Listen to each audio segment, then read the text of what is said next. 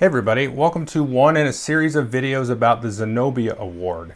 Now what is the Zenobia Award? Well, I'll have some links in the description below the video, but the Zenobia Award is a design award put together by various folks across the board game industry, and it's targeted towards marginalized designers and also topics for games. So all of these games that I'm going to be showing you on these videos are from different historical contexts and different time periods.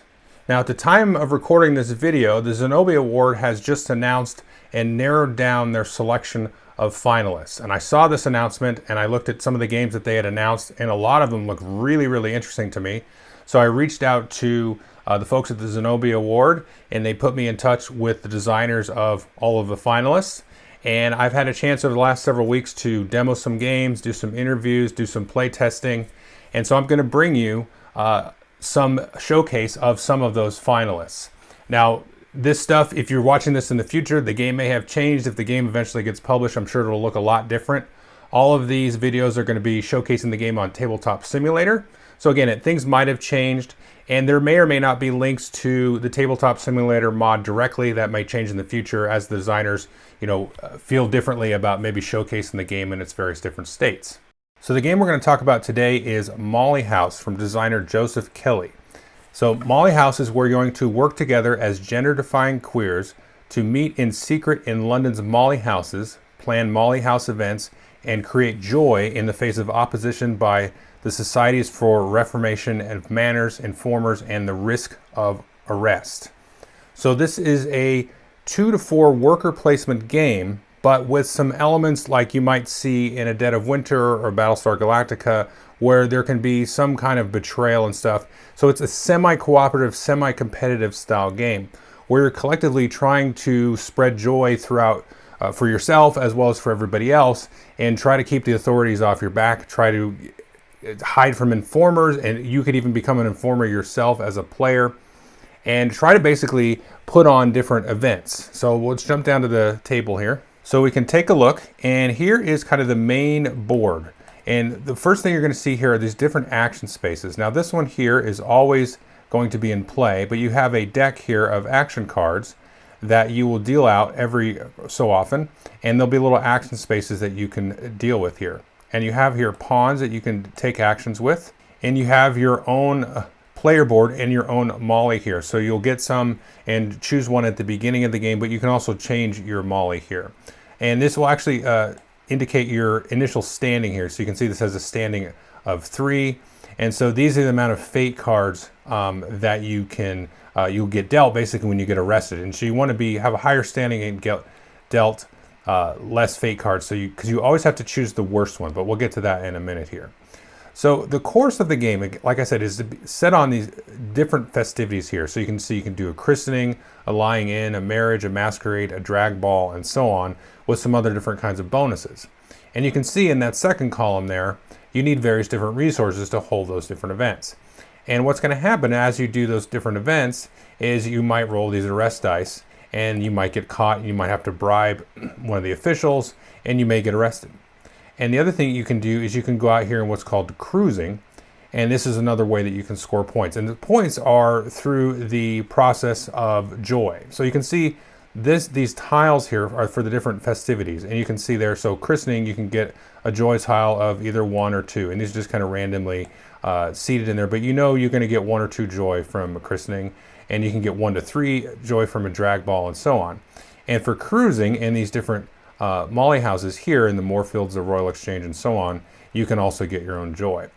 Now the thing to keep in mind here is you kind of want to spread the joy around, because you have the collective joy here, and then you also have your personal joy, which you'll keep off to the side over here. Now the game is played over 3 years, basically 6 rounds. So as this moves along, you'll start to do scoring every other round, and then inside of a given round, you're going to have various different action rounds here. And so the way this is going to work is you don't have to stay in play. So after each player takes an action, this will move. You're going to roll the arrest die, and then everybody's going to do an action. Then you're going to replace the action cards, and so on. Now you can see this number here getting less and less.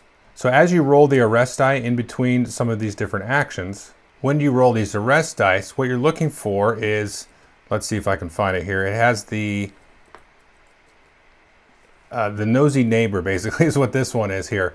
And so if you roll that and then you roll also a value equal or greater than this number, then there's going to be an arrest there. But typically what you're doing is rolling the location of where the constables might be at and try to, arrest anybody that may be cruising here. So let's talk a little bit about the actions that you can do. So some of these actions are like a main action and others are a minor action. So you can see these spots here where you'll place your pawn. So let's just take our pawn here, and then we'll do the main thing that you're going to do a lot of here is the plan of festivity. So you're going to use the resources, roll the Molly House die, and then additional effects and joy tiles, etc. But then you can also take a minor action here, which is in these little yellow boxes like this. And so it may cost you a pawn that you will just kind of place off to the side of your board. So you might work for respect to gain 2 esteem, or you might spend this esteem, which is these little pink cubes here. So over the course of the game, running different events and festivities, you'll start to collect esteem here. And these will be used for a variety of different things. Think of it like a currency or like money in the game. So over the course of the thing, you can do one main action and then one minor action, and that will be your turn. So to do a festivity, for example, let's just zoom over here. Again, we can look at that. So if we wanted to do, let's see what resources I have. So I have a costume and ale, which probably doesn't give me anything to do here. But let's say I had a dress and a gin. So I could do christening. And so that would give me 2 joy tiles. And then I could also, as a side effect, give a Molly a maiden name to gain an esteem. So if somebody had a Molly, let's see, I have a name on this Molly, but sometimes there will be Mollies out here. Let's just take a look that need a maiden name. So you can go and get a first name and a last name over here. So we could say, I don't know, Flying Horse Mary or Miss Moll or something like that. So you can do that and you can give that to another player. So if another player had their Molly up there, you could get that and then you could get some extra esteem there. Or you could do any of these other festivities. The bigger festivities like a drag ball, for example, you can have 3, 4, or 5 different dresses because they'll have different attributes. And you can get 2, 3, or 5 tiles out of that. So you can get more. And then you can add booze onto it or dance bonuses. You can see the bonuses at the bottom. So a booze bonus, you could have 2 ales. You can get extra tiles that way. Or dance bonuses, you can add musicians. So for one of the actions, obviously, you could go here and get a variety of different resources. Now, these resources have a couple of different ways that you can use them. You can see there's the value there, so you can actually discard them in the case of needing to bribe somebody. So if we encountered John Williams here, he's got a bribe value of 3, so we could discard up to 3 value of resources to not have to draw the fate cards and get arrested. Now the other interesting thing you can do is you can play these resources here as a shared resource. And this allows you to get them more use. So when you need to use that resource, you can put these esteem cubes on there. And if you have the permission of other folks, or the different abilities and stuff will come into play, you can use somebody else's shared resource. And so during the course of the game, you can also issue these promises. And these are binding agreements that you can do. And there's trading involved, and you can trade resources, and there's some negotiation there. So for example, I could give somebody this shared permission to use one of my shared resources once. So as part of a trade, I can give that to another player, and they can just cash that in whenever they need to. So these resources have multiple uses. You can use them in the festivities as bribery, put them in shared resources, trade them, and so on. Now another action that you might do is you might go here and do a cruise action. Now you actually want to go and cruise in an area where there are more constables. Now it's much more risky, but you're going to get more joy tiles out of that. Now, one interesting thing about when you go cruising is you can actually add new actions here to the regular. So now we've added a new ability so somebody could spend an esteem to add a musician from the market directly to their hand as one of the resources that they can use. Now let's talk about what happens when you actually get arrested. So these are these fate cards. And if you remember, down here we have our standing. So in this case, I'd have to draw 2 fate cards when I get arrested. These maybe weren't shuffled. Let's see. Let's shuffle them up a little bit there. Okay. And so you can see a couple of different things here. Now you draw these and these will be in your hand, and you have to always choose the worst one. So the best one that we've got here is we've got acquitted. Okay, so you may only take this card if there are no death or prison cards in the fate you drew. The Molly is acquitted of all crimes. So This is why you maybe want to draw just the one card, because if you draw a bunch, there's a chance you might have to draw the death penalty, which was a thing back then for sodomy. But let's say, for example, I drew these two cards. So in this case, you get prison. And so now you do -1 to your standing. You have to spend a pawn, and then you get -5 to your personal joy. Now what you do with these is you actually take and put these face down. And so you have to apply whatever this one says. So let's find a death penalty one here. Here's one here. So we can take a look at this.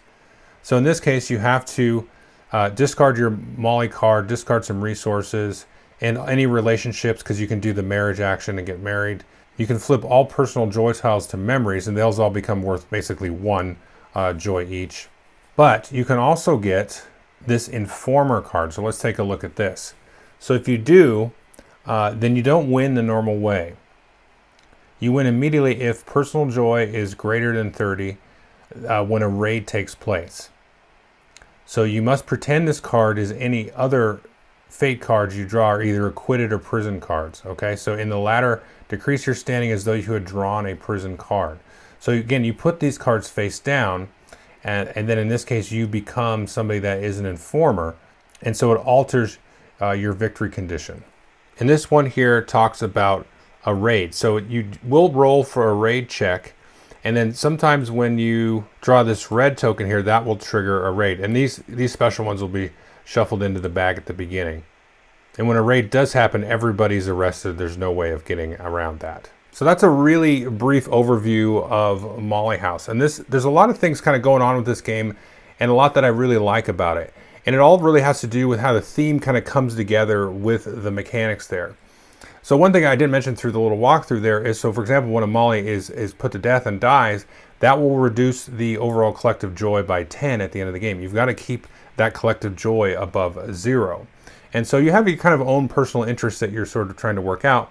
And the game is really about just kind of, you basically, the joy, you trying to just be yourself and be joyful and be around other people like you, and that sort of collective joy and your personal joy. And you're working together in some ways, trying to put on these different events, sharing resources, trading a little bit, trading promises. You can get into a relationship with the other players, which if you don't do, you're going to start to accrue negative joy modifiers at the end of the different rounds. And so that whole aspect of it, of just the folks trying to just be, who they are in society, in a society that wants to put them to death or arrest them, at the least, really comes through here. And that sort of semi-cooperative thing where it's like, we're all kind of in this and we're all trying to just do our thing. But there's all these sort of forces sort of trying to get in the way of that. And then it really kind of affects how you approach the game in terms of like the persona that you're taking on in the game, and sort of how much integrity you have, and how much of people can kind of rely on you, and everybody kind of adding to this atmosphere here. And so it's a really neat thing. And the mechanics of just kind of the worker placement, and getting the little sort of combo kind of things with trying to build up a steam, which you can go spend elsewhere to use other shared resources or trigger kind of little bonuses and stuff like that. And then kind of a risk reward sort of attitude there. There's just a lot kind of really going on with this game. And I told the designer of it, because we did a play test of it, when we got to the point where there'd been some arrests, it was really like, okay, so if you've played Battlestar Galactica or Dead of Winter or The Resistance or One Night Ultimate Werewolf or a game like that where there's like a traitor or something, it just has like that much more impact here, because it's, it's a real life scenario, and real life death penalty is at stake, and it just had that extra weight for me as the player, and really just I had to sort of take a step back and just be like, kind of deal with that for a minute. And so I really appreciated that the game sort of put me in that kind of position to sort of deal with that. And it just made the game that much more engrossing, and it made the victory points, the joy, like that much more valuable to me when it was kind of set in that kind of context. And I think the game really kind of achieved that there. So again, if you want to check this game out, there may or may not be the tabletop simulator link below. In the future, it may go away, it may come back. But definitely be on the lookout for this game. Very unique style of game. Lots of kind of things going on with the theme and the mechanics and all that kind of fun stuff. but that's Molly House. So take a look at it, and hopefully you'll see it down the road. Thanks.